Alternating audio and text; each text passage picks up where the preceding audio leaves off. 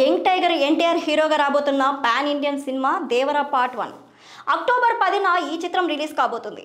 అయితే ఎన్టీఆర్ వార్ 2 షూటింగ్లో ఉండడంతో ప్రస్తుతం ఈ సినిమా షూటింగ్లోకి బ్రేక్ పడింది. తాజా అప్డేట్ ప్రకారం దేవర బ్యాలెన్స్ షూట్ కోసం లాంగ్ షెడ్యూల్ను ప్లాన్ చేస్తున్నారు. ఇప్పటికే ఈ చిత్రం యూనిట్ షూటింగ్ కోసం సన్నాహాలు చేసుకుంటుంది. మే మొదటి వారం నుంచి దేవర బ్యాలెన్స్ సన్నివేశాలను చిత్రీకరిస్తున్నారని తెలుస్తుంది. అటు సైఫ్ అలీ ఖాన్ కూడా మే 2వ వారం నుంచి డేట్స్ ఇచ్చాడని టాక్. కాగా ఈ సినిమాలో బాలీవుడ్ బ్యూటీ జాన్వీ కపూర్ కథానాయికగా నటిస్తుంది. ఎలాగూ ఈ సినిమా కోసం లెంగ్తీ షెడ్యూల్ ప్లాన్ చేశాడు కొరటాల.